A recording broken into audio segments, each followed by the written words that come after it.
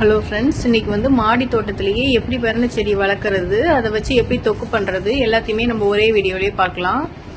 First வந்து ஒரு தொட்டியில் வந்து தேவையான அளவுக்கு மண் போட்டுட்டு, சாதாரண எந்த மண் வேணால் போட்டுக்கலாம். இதுக்கு உரம் அப்படிலாம் போடணுன்னு அவசியம் இல்லை.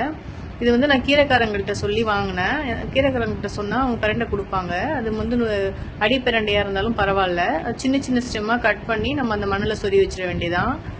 தண்ணி மட்டும் கொடுத்தா போதும், வேறு எந்த உரமும் கொடுக்கணும்னு அவசியம் இல்லை. நல்லா வளர்ந்துடும். இந்த நுனி பிரண்டையை மட்டும் கட் பண்ணி நான் எடுத்துக்கிட்டேன். இதுக்கு இவ்வளோ பிரண்டை கிடச்சிது எனக்கு. இது வந்து க்ளீன் பண்ணுறது எப்படின்னு பார்க்கலாம். இதுக்கு பிரண்டை க்ளீன் பண்ணுறதுக்கு ஃபஸ்ட்டு கையில் வந்து எண்ணெய் தடவிக்கணும், இல்லைன்னா கை அரிப்பு கொடுத்துடும். எந்த எண்ணெய் வேணாலும் தடவிக்கலாம். இது வந்து நான் சிசர் வச்சு க்ளீன் பண்ணும் போது இன்னும் கொஞ்சம் ஈஸியாக இருக்குங்கிறதுனால அப்படி பண்ணிட்டேன். கை அரிக்காமல் இருக்கும். நுனி பிரண்டைங்கிறதுனால நார் ரொம்ப இருக்காது, அதனால அதில் ஒரு கணு பகுதி மட்டும் இருக்கும். அதை மட்டும் எடுத்துட்டு அந்த இலையை மட்டும் தனியாக எடுத்துடணும். மற்றபடி சின்ன சின்ன பீஸாக கட் பண்ணி எடுத்துக்கலாம். நம்ம மாடி தோட்டத்திலே வளர்க்கும் போது நுனி பிரண்டையாக இருக்கும், நல்லாயிருக்கும். தொண்டை கரகரப்பு கொடுக்காம இருக்கும்.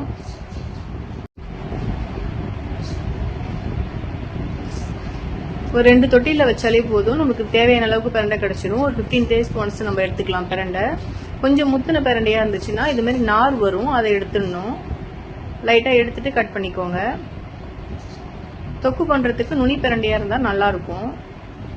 இப்போ இந்த அளவுக்கு பிரண்டையை கட் பண்ணி வச்சுருக்கேன். இதுக்கு வந்து ஒரு பூண்டு கொஞ்சம் அதிகமாகவே சேர்த்துக்கோங்க. ஒரு 30-40 பல் அளவுக்கு எடுத்துக்கோங்க. நான் ஒரு 3 காஞ்ச மிளகாய் எடுத்துருக்கேன். ஒரு லெமன் சைஸ் புளி, மிளகு சீரகம் வந்து ஒரு ஸ்பூன் இருந்தால் போதும். பிரண்டை தொக்கு ஃபுல்லாகவே வந்து நல்லெண்ணெயிலே செய்யுங்க, அது உடம்புக்கு ரொம்ப நல்லது. இப்போ வெறும் பிரண்டையை மட்டும் போட்டு நல்லெண்ணெயில் தனியாக வதக்கிக்கோங்க.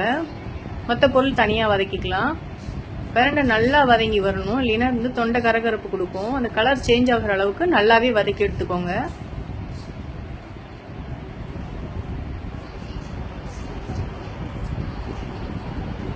இந்த பிரண்டை தொக்கு வந்து 1 week வரைக்கும் ஃப்ரிட்ஜில் வச்சு யூஸ் பண்ணிக்கலாம். வெளியில் ஒரு 4 days வரைக்கும் வச்சுக்கலாம், நல்லாயிருக்கும். எல்லா சாப்பாட்டுக்குமே சைட் டிஷ்க்கு நல்லாயிருக்கும். தயிர் சாதத்துக்கு ரொம்ப டேஸ்ட்டாக இருக்கும். ஒயிட் ரைஸில் போட்டு பிசைஞ்சும் சாப்பிட்லாம், நல்லாயிருக்கும். இட்லி தோசைக்கும் நல்லாயிருக்கும், தொட்டுட்டு சாப்பிட்லாம்.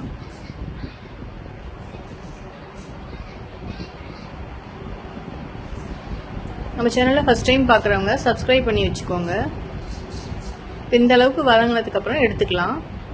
இப்போ நல்லா கலர் சேஞ்ச் ஆகிருக்கு பாருங்கள். இந்த மாதிரி அந்த க்ரீன் கலரே தெரியாத அளவுக்கு நல்லா வதங்கி வந்துடணும்.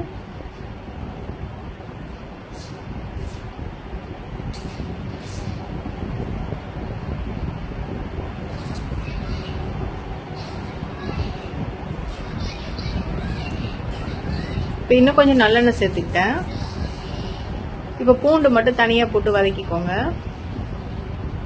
தனித்தனியாக வதக்கும் போது நல்லா வதங்கி வரும், அதனால தான் தனித்தனியாக இது பண்ணிட்டேன் நான். பிரண்டையில் வந்து கால்சியம் சத்து ரொம்ப அதிகமாக இருக்குது. கால் வலி இருக்கிறவங்கலாம் வந்து கண்டிப்பாக வாரத்துக்கு ஒரு நாள் சேர்த்துக்கோங்க, ரொம்ப நல்லது.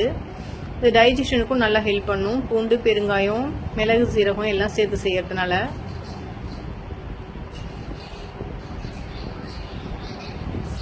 மிளகு சீரகம், 3 காஞ்ச மிளகாய், புளி எல்லாத்தையுமே சேர்த்து வதக்கிறேன். புளியும் வந்து எண்ணெயிலே போட்டு வதக்கிடும் போது அந்த பச்சை வாசனை இல்லாமல் நல்லாயிருக்கும்.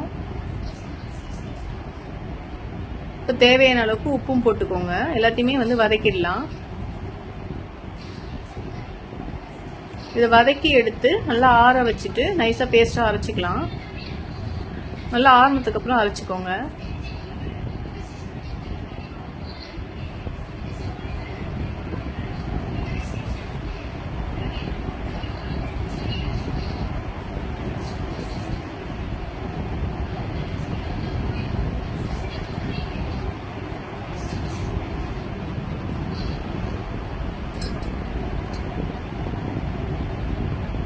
இப்போ வந்து இதுக்கு தாளிப்பு கொடுத்துடலாம்.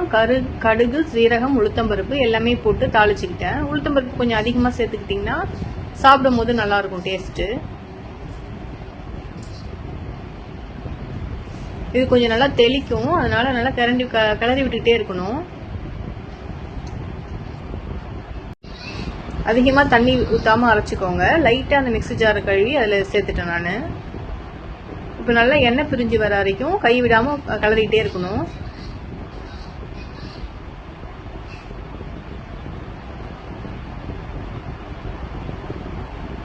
நல்லா வதக்கி எடுத்து வச்சுக்கும் போது கெட்டு போகாம இருக்கும்.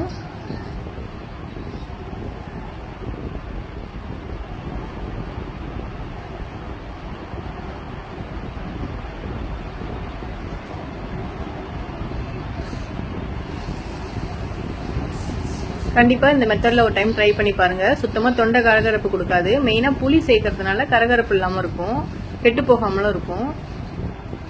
சேர்த்துருக்க எல்லா பொருளுமே மிஸ் பண்ணாம சேர்த்து செஞ்சு பாருங்க. சூப்பரா இருக்கும் டேஸ்ட். ஒயிட் ரைஸ்ல போட்டு கிளறி சாப்பிடும் போது நல்லா இருக்கும் ரொம்பவே.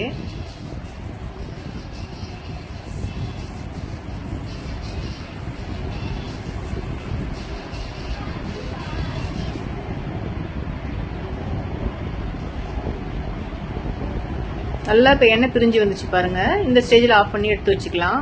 ஆறுனதுக்கு அப்புறம் எடுத்து ஸ்டோர் பண்ணி வச்சுக்கோங்க. Thank you friends.